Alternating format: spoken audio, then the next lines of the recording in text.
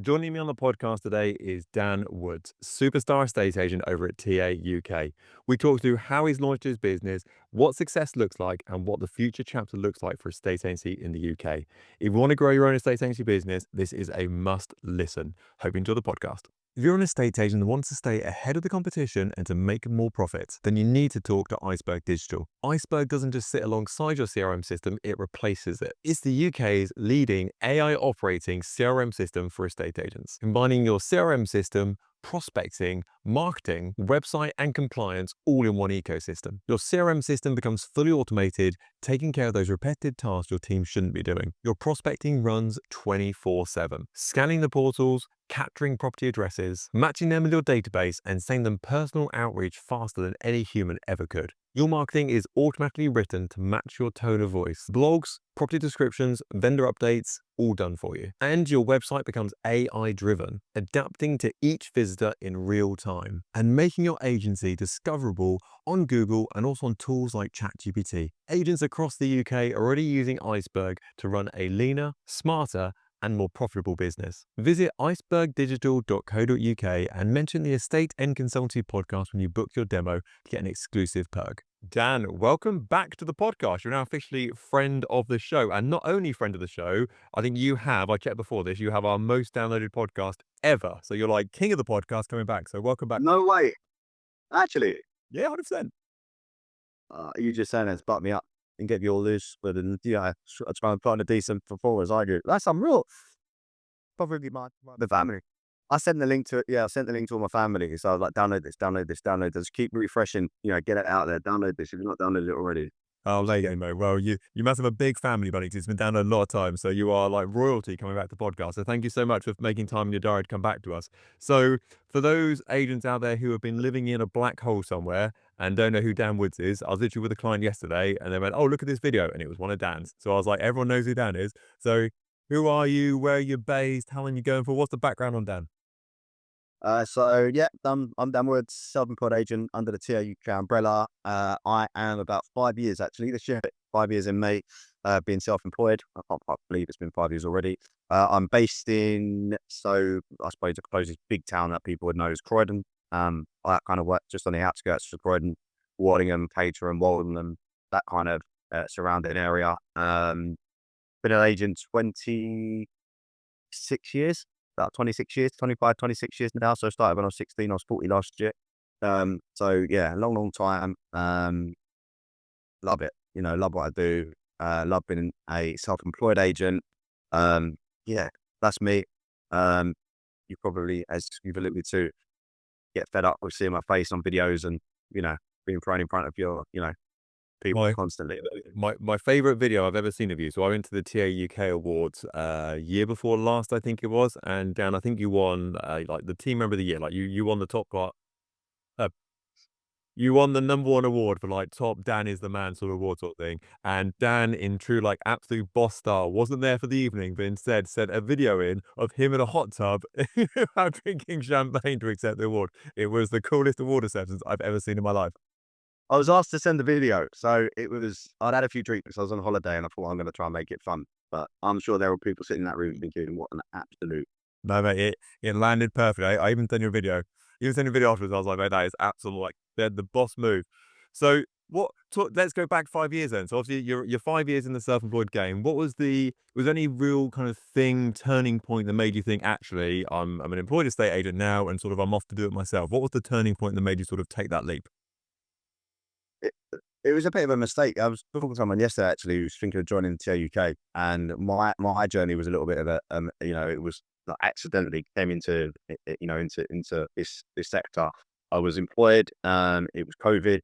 I was working for a company in London, had a new business, and they were selling the business. So we kind of knew that it was only going to be a couple of years. They were building a portfolio in order to sell and move on, basically. And I was working from home, enjoyed, but I'd been an agent, I'd say, for a very, very long time, probably about 16, 17, 18 years in the high street at that point, working 6, 7 days a week, 14, 15-hour days. It's all right. I knew, didn't mind it, enjoyed it. But, obviously kids and, wives, etc. come along and, you kind of sit back and realize actually, as much as I'm married, to them, I'm married to my job in a sense, and I can't do, I'm super passionate about what I do. and I don't like doing things half-heartedly. So I am, people that know me, obsessive. So I'm either all into something or out of it completely. So I can't do anything with balance. So all in the do to that. It's got better, but so I worked from home, realized actually being around the kids was really nice. And, obviously they weren't at school all the time through COVID, but being able to put them to bed, bath times, just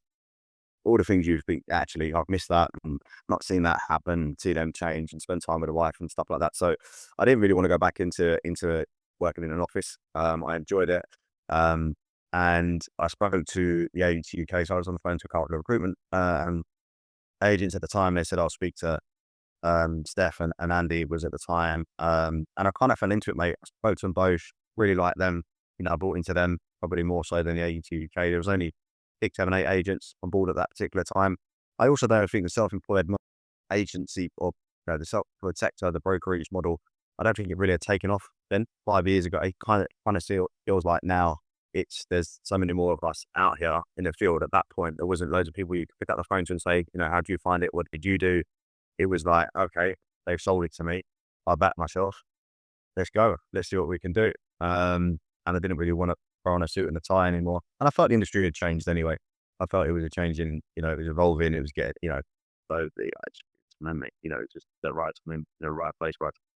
And so you talk about going all in and sort of jumping with both feet into the bit sort of the self-employed business world. So you start 5 years ago and you go from being a very busy agent and stuff going on to then having literally a blank diary in front of you and you're like, come on, Dan, it's your time to shine now, mate. You need to make this work. So you Yeah. need to fill up this diary pretty quickly. What's your sort of strategy or what's your plan from sort of day one to day 100 to go, right, let's get this diary going, let's get some appointments in, let's get some valuations. What's the moves you make there? I think first and foremost, I think you can be too cute with it. I think if you try and put a great big strategy in place, I've not really been one to have, the, clinical 5-year goal or the classic, what's your 5-year goal? What's your, all of that kind of thing. I kind of work month by month, small goals to achieve the big goals. So I didn't really look and think, oh, so it's great we plan in place. I'm going to spend a week, 2 weeks. It looks beautiful. There's loads of nice post-it notes and this, that, the other. It looks amazing. But actually getting off your ass and going to do it is probably what people struggle to do. So I grew up in, early 2000s estate agency where, the firm I worked for was very Glengarry, Glenross, Wolf of Wall Street, kind of, what you'd hear maybe of, square word, but the Boston's kind of old school mentality in terms of, kind of you go out with an empty plate, you don't come back until you've got food on it, knocking on doors, dropping comp slips, speaking to as many people as you can, you come back with a piece of business. So for me, like as much as there's a lot of that, background that I probably wouldn't take into today's world, there is a lot of it that has made me who I am in terms of being able to go out there and come back with something. And for me, it was just about targeting low hanging fruit, things that have been on the market for a very long time, things that I felt I could affect in terms of marketing and just getting that one opportunity. I just focused on one opportunity. That was it. I just wanted one listing that I thought, right, okay, give me this listing. Let me work on that listing. Let me work with it. Let me produce a result and let me get it sold. Then that's the social proof. I need to go to the next one and the next one and the next one and the next one. You just needed that one person to trust you. And I was honest with people that I was knocking on doors. It was just coming out of COVID or we were, what is it, 2022, no, 2021, 2020, so around that time, it was kind of prime COVID. Um, so knocking on doors, kind of telling people that I'm starting a business. And a lot of people were shocked. Like, look, I'm starting a business. I'm a local resident, give me a chance. Like, let me show you what I can do, throwing my money into it, paying for the marketing, basically putting it all on the line. And yeah, that was it really, getting that one chance. So I didn't want a big plan. It was just let me get one opportunity. Yeah, I do find that lots of agents that do really well off the back of being self-employed are the ones that sort of have come from a corporate background before, and they kind of get rid of like the BS stuff of it. So, stand in a chair and have a stapler thrown at your head, all that sort of stuff. They get rid of that stuff, but sort of the work ethic of like, I need to literally get on with this. Like, let's nail the phones, let's get going sort of thing. That sort of real hard work ethic. But then mix that with sort of the self-employed sort of personal brand side of things and sort of the nicey side of things. That's like a real sort of winning formula as far as I can see. If you've got that determination to make it work from the corporate world, and then you add on top of that sort of the personal branding side of things, and I'm Dan and here's who I am sort of thing, for me, that seems to work 10 times out of 10. Yeah. And I think the personal, but like personally, I still think people are massively caught up with social media has become such a huge influence in our industry for sure. But again, yeah, if you've got nothing to post, then what are you going to do?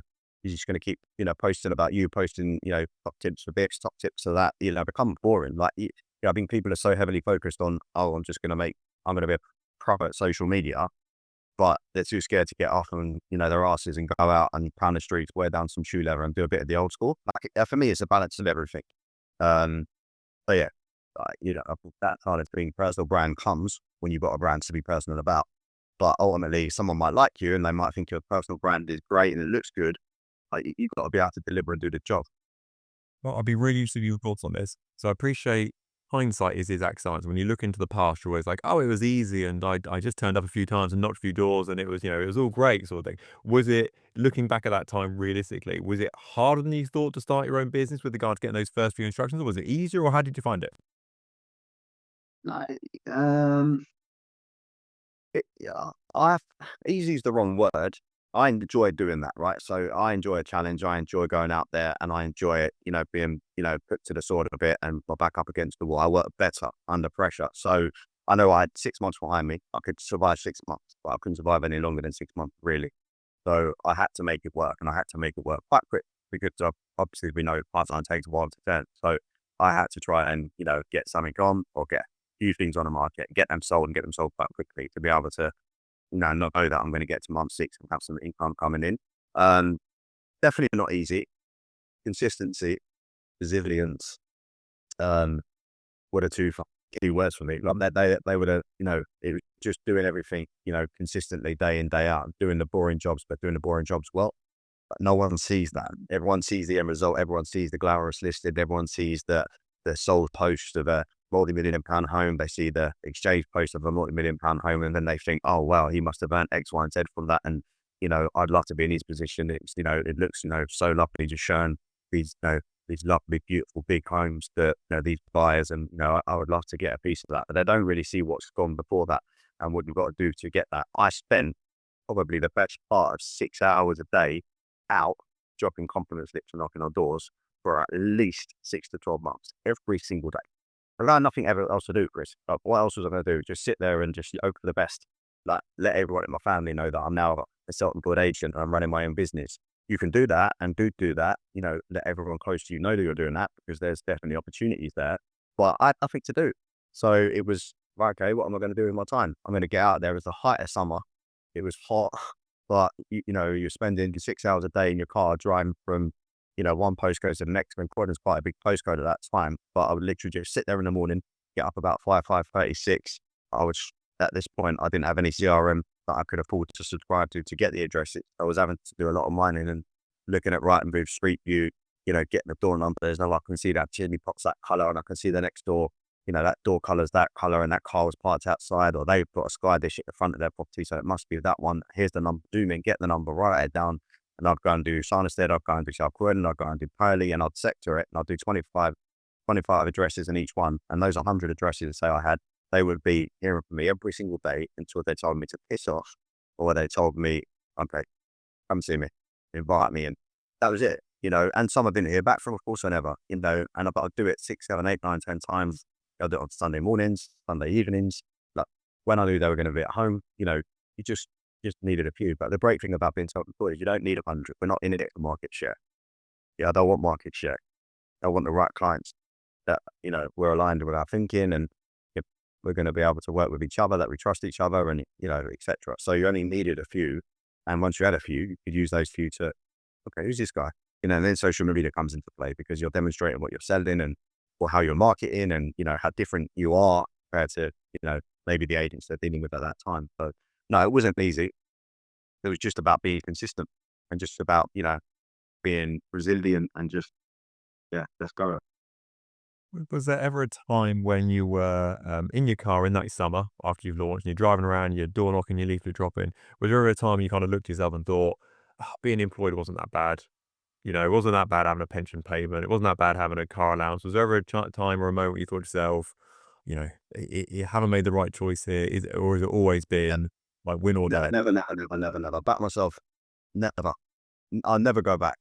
And that's the fear. For me, it's living on the edge of my seat, And I had that mentality when I worked in the high street, because like I went through the the ranks of junior negotiator up to, you know, head of departments. So, and every single, milestone or however you want to call it, every step, through that, from there going to neg to senior neg to manager, etc. I always had, for me, it was always my name above the door anyway. I never really worked for the brand that I work for. It was, I'm going into Downwards Estates today. My team was my team. It was my business. And I always sat on, on, on the edge of my seat, lived in fear of, right, okay, I'm only as good as, you know, yesterday. I'm only good to my last week or my last month's results. And you got to keep going and keep going. And I've got a buzz out of being the best. I've got a buzz out of winning awards, being top and seeing my team be top and seeing my team perform well and see, that was it for me. The money side of things and all of that was, and obviously come with it, that's great. But winning and being the best for me was always something that, it still does now. For me, it's that still the buzz I get from being able to deliver, for a client that focus, well, what's the word? Utopia. That for me is what drives me to do the job day in, day out. And, the end result's great when you're paid. Of course it is. We need to be paid, but, the review matters more to me than the money hitting my account. Seeing what people think about me, you know, they've taken the time to write about their experience with me, telling their friends about all of that means as much to me as anything. And it's really important, in the self-employed world, because referrals is such a big part of our business. But there's not one time I ever thought I'm going to go back. It was more, I can't go back. So this has to work. I can't go and sit in an office anyway. I just can't do it. I don't want to do it. And on the answer to that, was there ever a time where you thought to yourself, like, I've made it? Because I'm sure even now you look at, even with your crazy figures I'm sure you're doing, you probably don't think you've made it still. But there a time you think to yourself, bloody hell, this is working, and this is going the right way, and like I've got instructions now. Is there ever a time you think to yourself now, or in over the last 5 years, you're like this is happening? Not, I don't think so. If you was asked my wife, Stace would tell you that I'm my own biggest critic, and I'm never happy. I, I always think I can do better. I always think I can do more. I always think I should be doing more. If there's something I've not done, I beat myself up about it. There are times and where I've stepped back and thought, how have I survived 5 years? Like, come out at the back of COVID, which not a bad time to start really, because we had that little bit of a boom, which really helped me.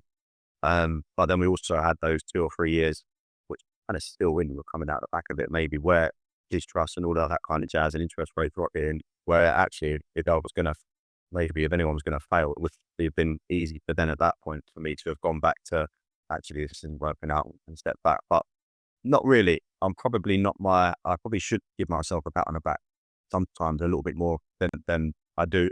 But I think that's part of what drives me, to be honest with you. It keeps me on the edge of my seat. And but equally, I know you should be kind to yourself and you should, say to yourself, yeah, and I've done all right. Yeah, I do. Don't get me wrong. I do look back and I see how my life's changed and, the time I get to spend with the kids and Stace and what we've been able to do. Obviously, look at, I make no secret of it.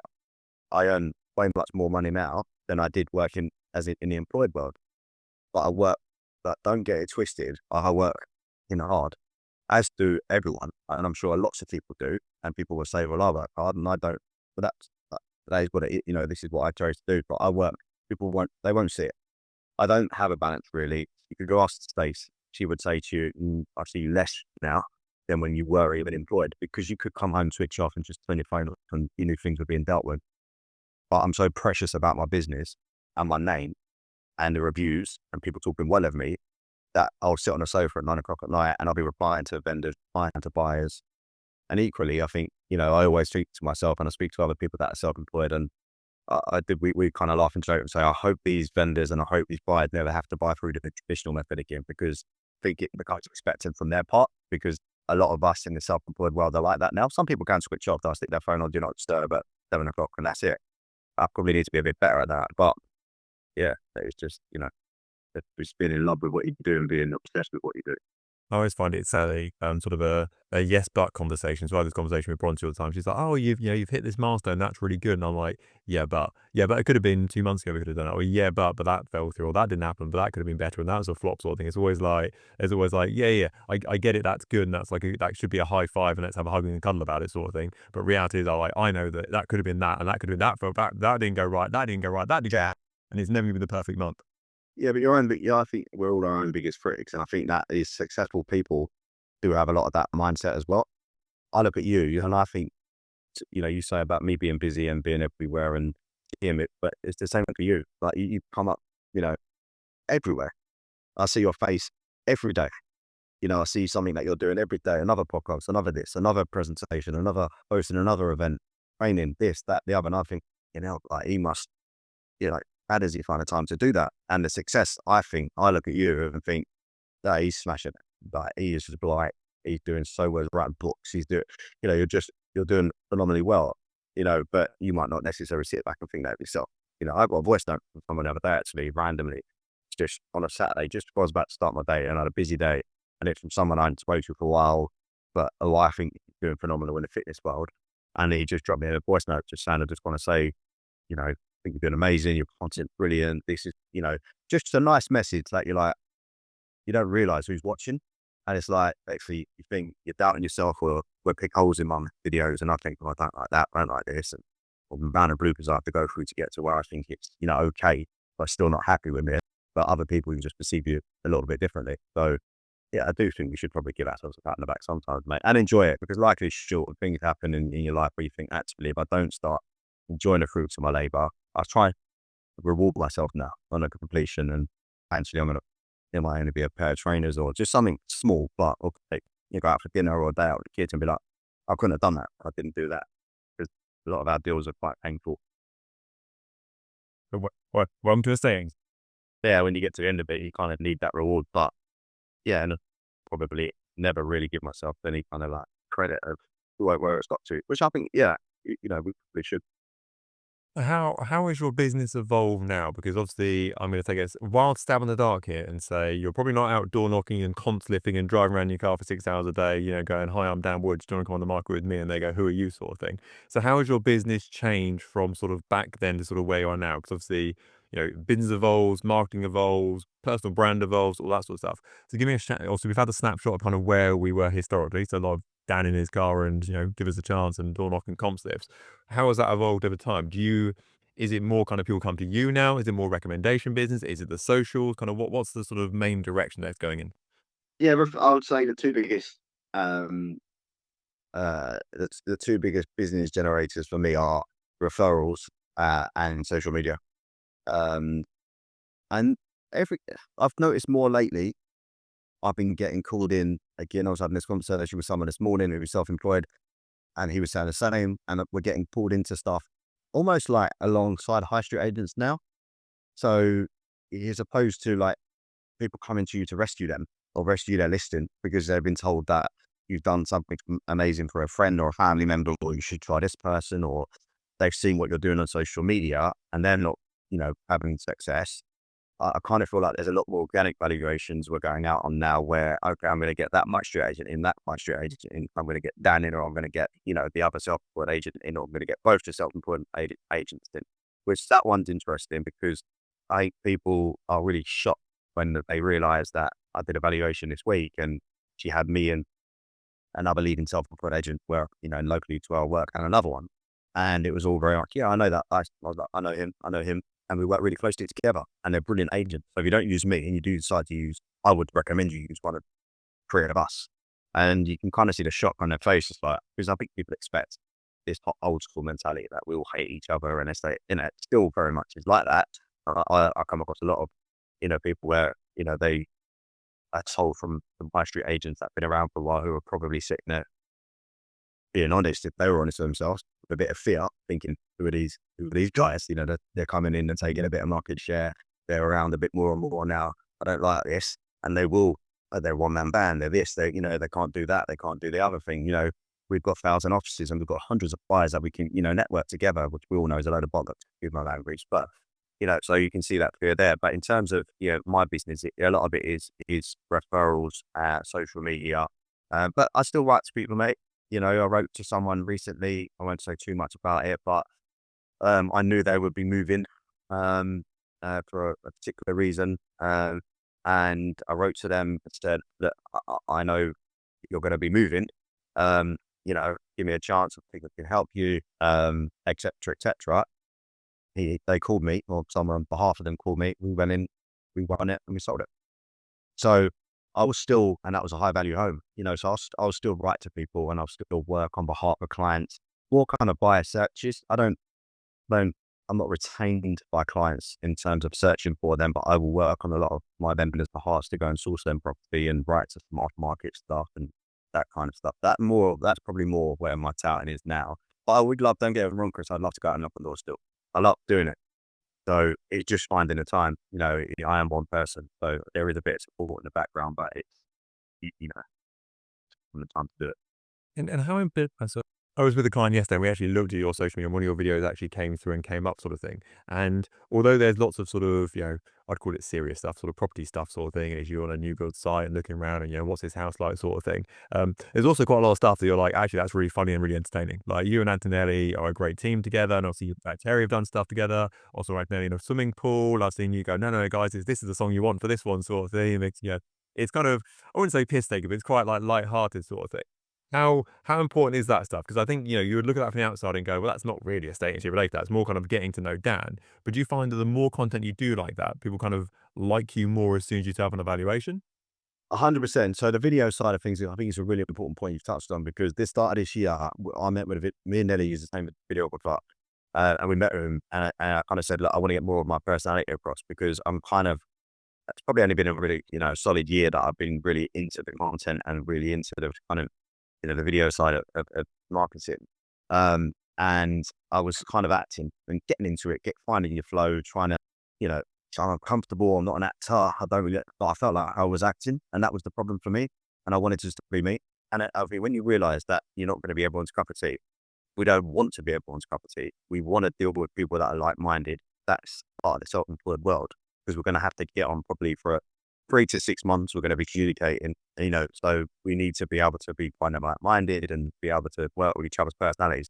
Not saying that every single person I work for or work on behalf of is the same personality as mine. I can adapt, of course I can. But equally, in terms of just being organic, authentic, just being honest and kind of be a bit laughy and jokey, dropping the odd, I might refer to a house as a gaff. I've been brought up in South London. That's kind of what I've been brought up around, the kind of language, but actually not hide from that.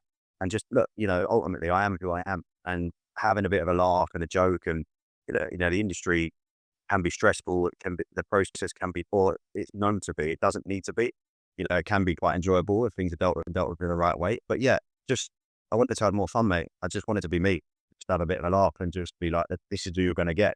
But I think that's when you look at my reviews, I think a lot of it is, it's based about, people commenting on my personality and me as a person and, all of those kind of traits that come through it. And I do try and have a laugh with clients and, be humorous because it can be stressful. So I just, yeah, the video side of things, definitely this year there was an intention to be a bit more, just be me.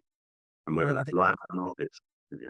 And I think you find that, so let's say you cross-secting the UK market. At any one time, about 5% of people are looking to move home. So, not massive in the grand scheme of things. 95% is obviously the big target there to kind of get in those people's minds.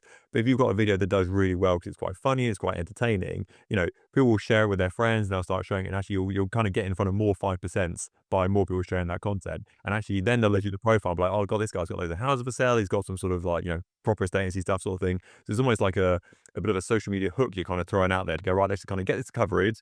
Let's find some more 5%. Then when you look at my profile, you'll be like, God, this guy's done some really nice houses. I might actually message him and I'm going to see my house.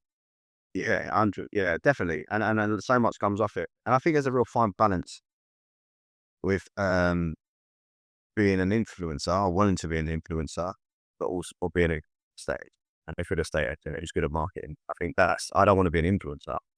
I want more following and I want people to follow me and watch and, because I want, people to use me. But equally, I don't want to be someone who's attracting the wrong audience just because they think I'm a laugh. You've got to get in front of the right people. So there is definitely a right balance, which is why we try and throw out there, genuine help and, advice and conversation around the market and, that people may find useful. But equally, you've got to look at a house, Chris. Each house is different. Some houses we sell are ugly and horrible. Like, I'm being honest. So how are you going to try and make it attractive? What are you going to do differently?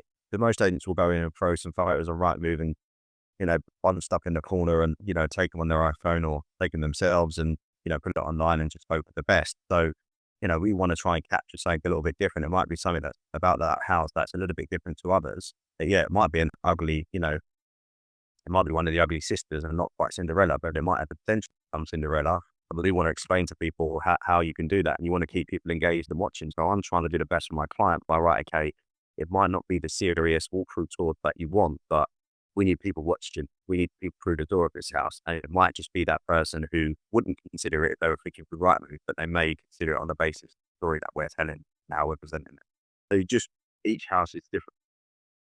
You have any you should like, and some you can't. You mentioned balance there. So, obviously, appreciate when you first launched, you probably had all the time in the world to do lead generation. You mentioned you were out kind of 6 hours a day, pounding the pavement, so to speak. How do you balance your time now? Because if I went on your Instagram story right now, I guarantee there'll be a couple of new instructions on there, probably a sale agreed, probably a completion. Like there's stuff going on. It's not like it's like, tips. Oh, by the way, I sold a house. It's like listing, sold, completed. Oh, it's a tip, by the way. Like there's a lot of stuff going on. Like how do you manage that? Oh, have you got a team around you now that you outsource some stuff to, or are you just like a machine? I've yeah, I'm quite a control freak, so I find it difficult. Space done some work for me a little while ago, a few years ago. She tried to work with me, and it didn't work because she hated me by the end of the day. And just yeah, probably not the wisest thing to do. Some married couples could probably make it work, but I couldn't. I've got a lady called Naomi who works and does some um who's a BA. So she's in the background doing a lot of the mundane tasks, which take a lot of my time up, which stop me from being able to be effective on the front line, which was what clients want. She's fantastic. Katrina has been with me for about a year, just over a year, who's a satellite cloud progressor, but we still work very, closely together. People probably wouldn't know sometimes that we've got a bit of persistence in it. But to be able to grow and be able to support and help people, you do need to be able to relinquish a little bit of control. But I think, I'm still conscious that I still want to be the person sitting on a sofa as the person conducting the viewing, person negotiating the offers, as the person getting it through to the point of memorandum of sales going out, but also overseeing the transaction and touching base with the clients once a week, every other week, being in WhatsApp groups and stuff. So I'm still very much front of house and there, but yeah, there is some support in the background which enables me to be able to do a little bit more. Yeah. And talk me through. So you seem to have made a bit of a move slash sort of, I don't say transition, but you do a lot of new build stuff. It is. If you look at a lot of agents out there, no one touches new builds. Generally speaking, it's kind of like second home sort of stuff. And but you kind of made a real move into new build market. I mean, lots of videos you're wearing a hard hat and your high vis and whatever it may be, out on site sort of thing with the boys. And was that a conscious effort to go in that direction? Because someone's always said to me, that the houses that have to sell are the new builds because they're not going to sit there vacant for the next 15 years or so and decide not to sell. Like if they built them, they want to get rid of them sort of and get it done. So that's kind of a really good market to be in. Was it a conscious move to move in that direction, or what's kind of happened with that over time? Not really conscious. I think I've dealt with a few new builds. My family are developers, so I've got quite a well, two or three developers in the family which who work and build locally.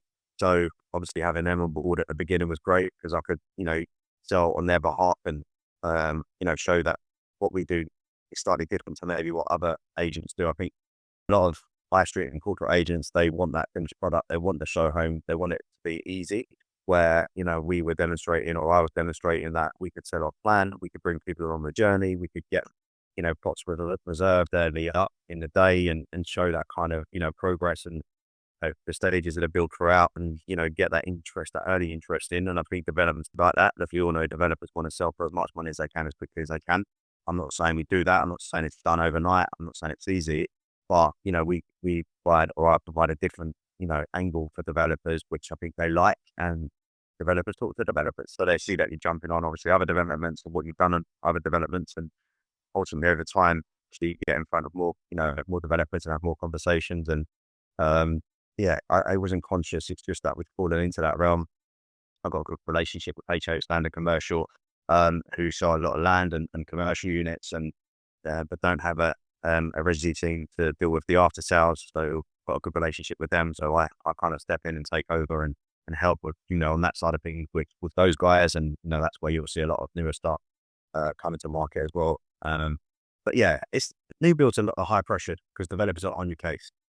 So, obviously if you're not delivering, if you're not selling, they want to know why, they want to, et cetera. And look, they're premium aren't they? So, they're often, like, say they build, and they want to sell for as much as they can. And sometimes those conversations can be quite tricky with developers when you think they're worth here, but they think they're worth here. And they were sold by the land agent, that they would achieve these prices. And you're coming and saying, because I'm honest with people, that I think one of the biggest problems in this industry still today, and will always be, is overpricing, overvaluing to win stock. And, it's the same with development. So, um, yeah, I enjoy working, in that sector.